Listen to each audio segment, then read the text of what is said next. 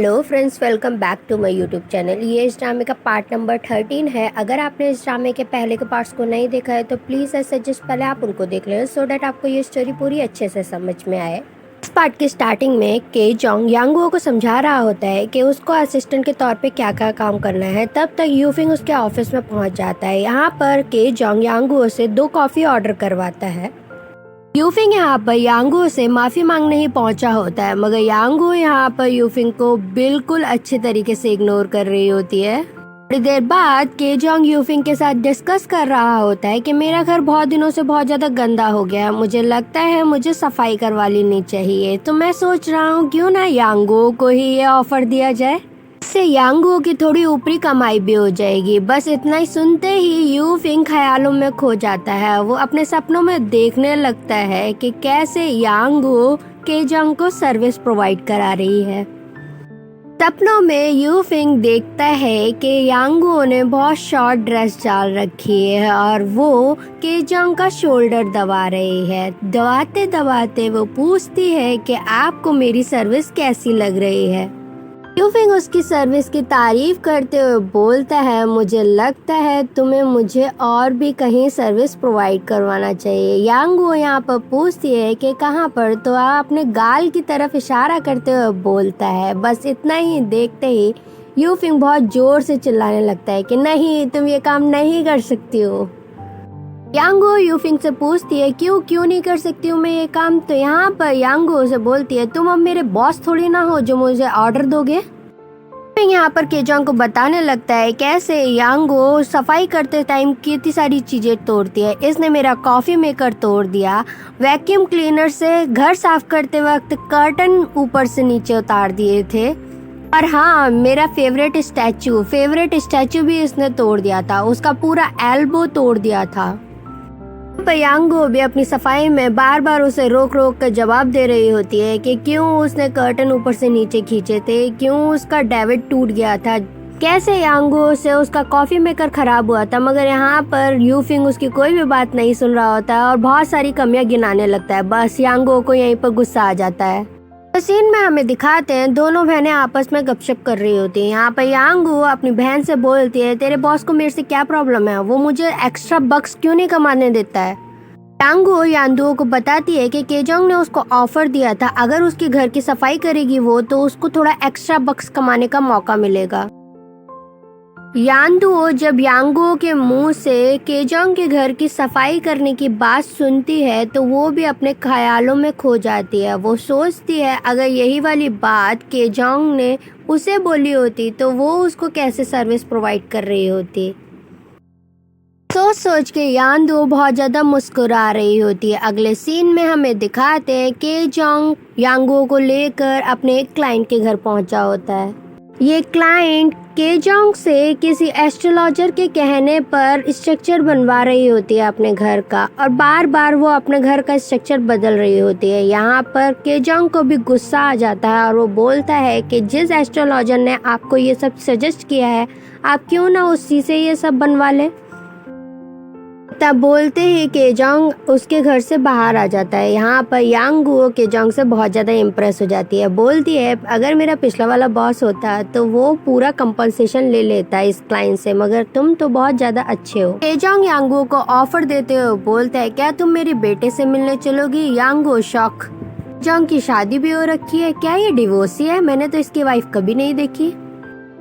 अगले सीन में हमें दिखाते हैं यांगुओ और केजोंग एक बेकरी शॉप के पास पहुंचे होते हैं। केजोंग ने मेडिकल ग्राउंड पर एक लड़के की पूरी रिस्पॉन्सिबिलिटी अपने ऊपर ले रखी होती है, जिसे देखकर यांगुओ बहुत ज्यादा इम्प्रेस हो जाती है। यांगुओ भी उसके साथ दोस्ती करना चाहती है और उसको हैंडफुल ऑफ चॉकलेट्स प्रेजेंट करती है। यहाँ पर बेकरी की ओनर केजोंग से बोलती है, तुम पहली बार अपनी गर्लफ्रेंड को लेकर यहाँ पर आए हो, तुम्हारी गर्लफ्रेंड बहुत ज्यादा स्वीट है। यांगुओ यहाँ पर रोकते हुए क्लियर करती है उनको कि हम लोग गर्लफ्रेंड बॉयफ्रेंड नहीं हैं, बल्कि ये मेरे बॉस हैं। इस सीन में हमें दिखाते हैं यांगुओ केजोंग के साथ मिलकर उनकी बेकरी का एक बल्ब सही कर रही होती है।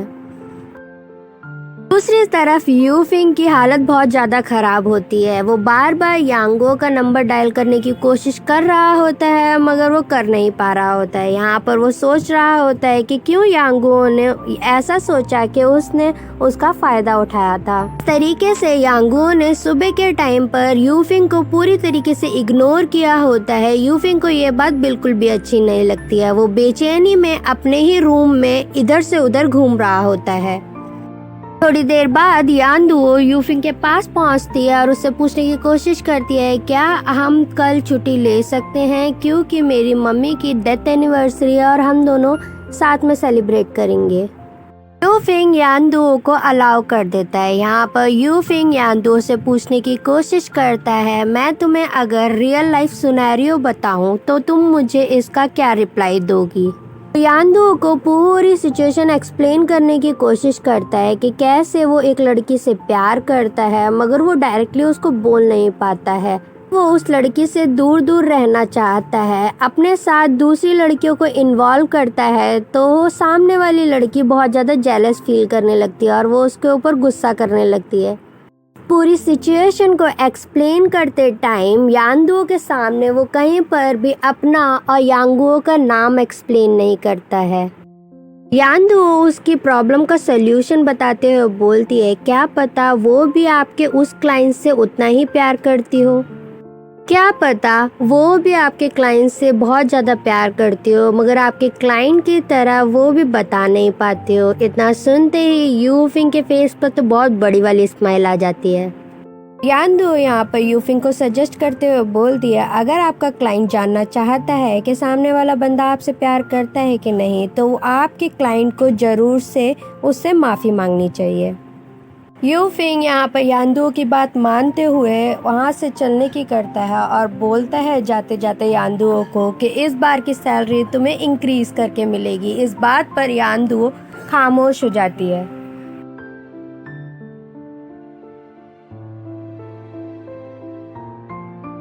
अगले सीन में हमें केजोंग और यांगुओ को दिखाते हैं जो कि आपस में कुछ बात कर रहे होते हैं। यहाँ पर यांगुओ बहुत ज़्यादा एक्साइटेड होकर पूछ लेती है कि क्या आपकी गर्लफ्रेंड नहीं है। केजोंग यांगुओ को बोलता है कि जैसे घर के स्ट्रक्चर को बनाने के लिए आपको बहुत ज़्यादा सिंसियरिटी चाहिए होती है, वैसे मुझे लगता है कि फीमेल और मेल के बीच में रिलेशनशिप को बनाने के लिए भी बहुत ज़्यादा सिंसियरिटी और टाइम देना होता है। बात को सुनते ही यांगुओ केजोंग से और भी ज़्यादा इम्प्रेस हो जाती है। अगले सीन में हमें दिखाते हैं यांगुओ तोतो के साथ एक मॉल में पहुंची होती है और पिछले आधे घंटे से केजोंग के ही गुणगान कर रही होती है।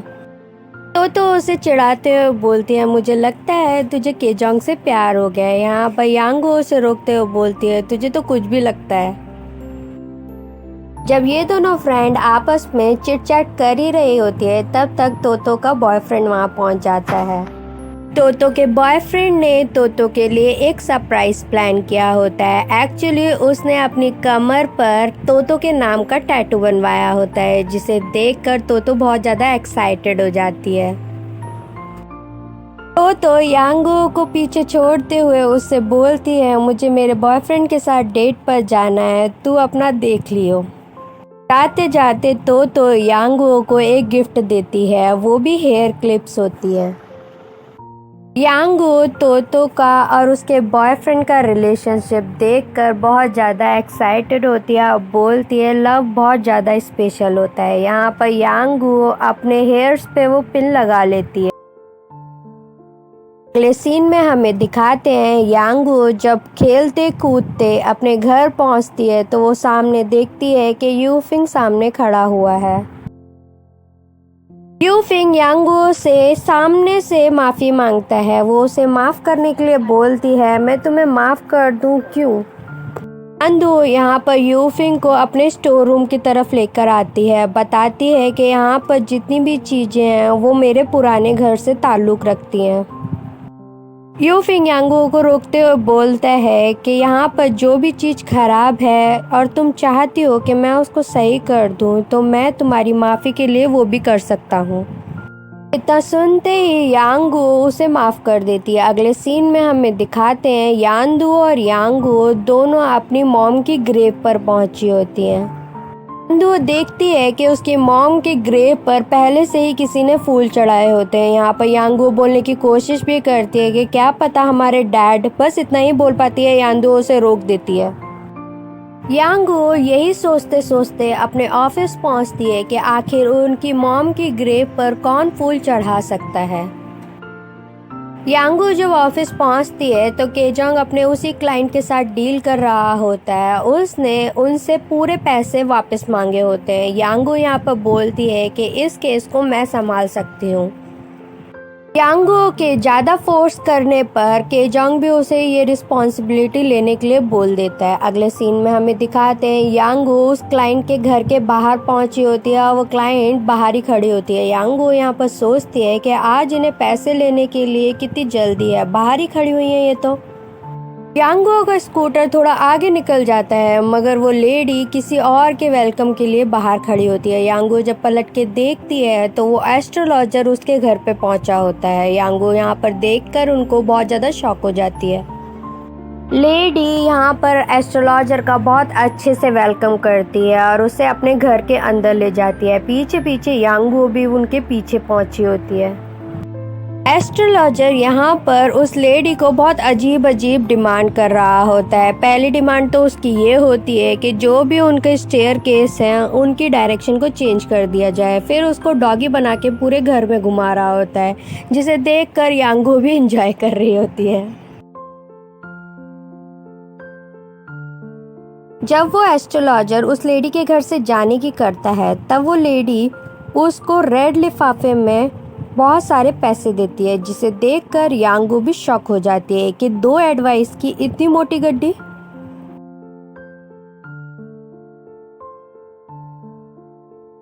यांगू जब लौट कर जा ही रही होती है तब वो नोटिस करती है कि उस एस्ट्रोलॉजर की कार खराब हो गई है। वो साइड पे खड़ा हुआ है। यांगू उसकी हेल्प करने के लिए वहां पहुंचती है और उसके ड्राइवर से पूछती है कि क्या प्रॉब्लम है।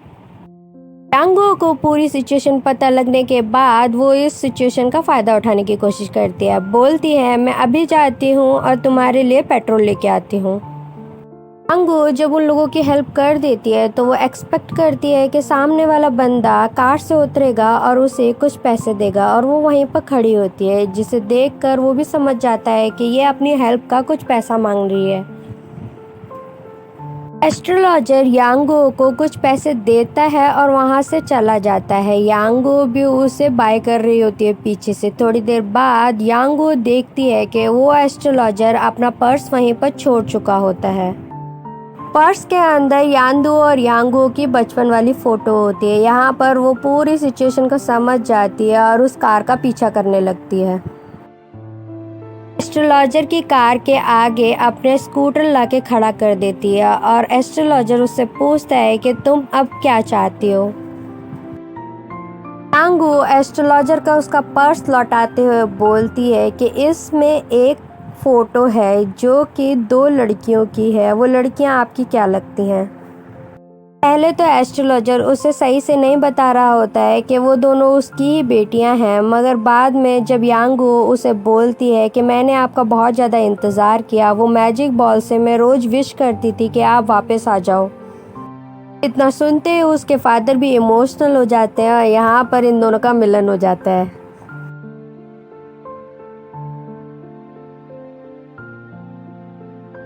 अगले सीन में हमें यूफिंग को दिखाते हैं जो कि एक दुकान के बाहर से गुजर रहा होता है तो उसे यांगू की याद आती है। वो सोचता है कि यांगू को कितनी ज़्यादा टॉफ़ीज़ पसंद है।